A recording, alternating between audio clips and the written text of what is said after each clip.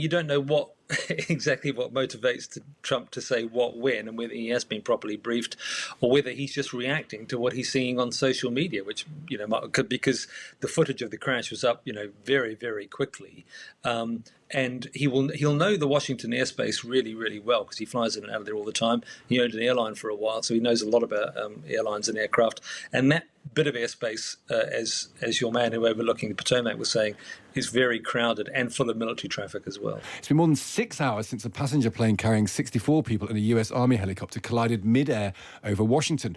No survivors have been reported so far, but we know that more than a dozen bodies, potentially as much as 19 now, have been recovered from the Potomac River. We've also heard some of the radio communication between the helicopter and the control tower. At 25, CRJ in flight. At 25, pass is CRJ. This club has an aircraft in sight for precision separation. 472 Washington Tower, 1 star, 32017. 472. American 3130, go around, turn left end 250, claim Anthony 3000.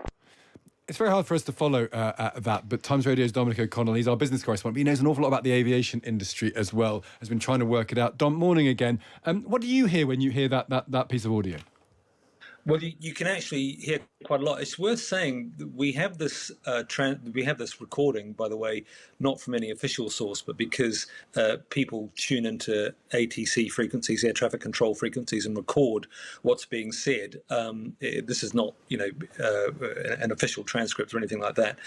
But what you can hear is that the air traffic controller talks to PAT-25, that's the helicopter, the call sign of the helicopter, and says, in essence, you should be able to see a CRJ, which is the type of aircraft that it collided with, a Bombardier CRJ.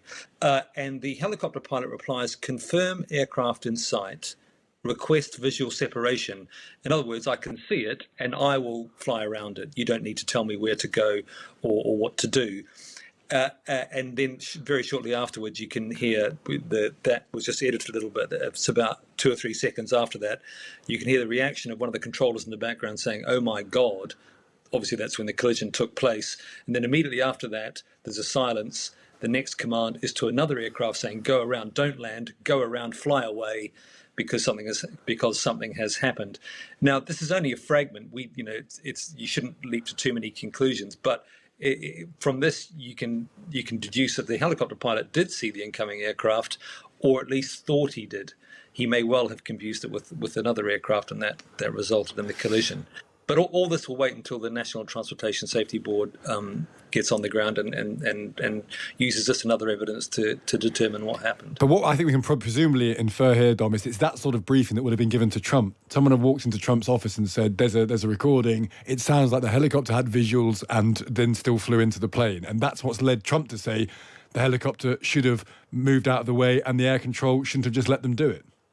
Well, possibly. I mean, you don't know exactly what motivates Trump to say what when, and whether he has been properly briefed, or whether he's just reacting to what he's seeing on social media, which because the footage of the crash was up very, very quickly, and he'll know the Washington airspace really, really well because he flies in and out of there all the time. He owned an airline for a while, so he knows a lot about airlines and aircraft, and that bit of airspace, as your man who overlooking the Potomac was saying, is very crowded and full of military traffic as well.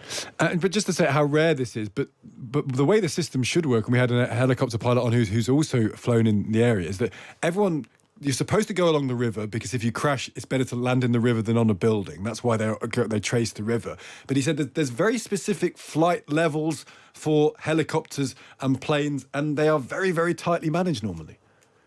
It's very tightly controlled, and in fact, in London, you can see something similar. When military helicopters go over London, there are very tight corridors they follow along the Thames, and very tight controls on heights as well. In this case, though, if that air traffic controlled audio turns out to be accurate, that a visual separation was approved by the controller, i.e., I will let you maneuver yourself around the incoming aircraft. So not directed by the air traffic controller to do something, but giving permission to the pilot, having seen the aircraft, to take the appropriate maneuver. So that's a slight difference, I would say. Yeah, interesting. Well, we're going to find out more as we go along, but some more information is indeed coming out. Dom, great to speak to you. It's been really interesting you giving your expertise this morning. That's Dominic O'Connell, our business correspondent. Unbelievable. Shocking. just to think about a plane crash in the DC area, a very busy area in terms of aviation. We have three major airports in this area: DCA, Dallas Airport, Baltimore Airport. They're all within 40 minutes drive each other. So that gives you a sense of how busy the radars, the air controller, and there is no room for error. Everything happened somewhere around 8:50 p.m. local time, Eastern time. I was getting ready to go to bed, laying down when I hear the bang bang, a very unusual sound, something you don't hear on a daily basis. It's more like on a war zone, something you hear on movies, action. So that caught my attention. I looked up the sky, I looked up the window, and all I could see at that moment was just smokes from the south side of Reagan Airport. Uh, and then I started taking videos because I've started to see some um, activities. Like that's like 5-10 minutes after.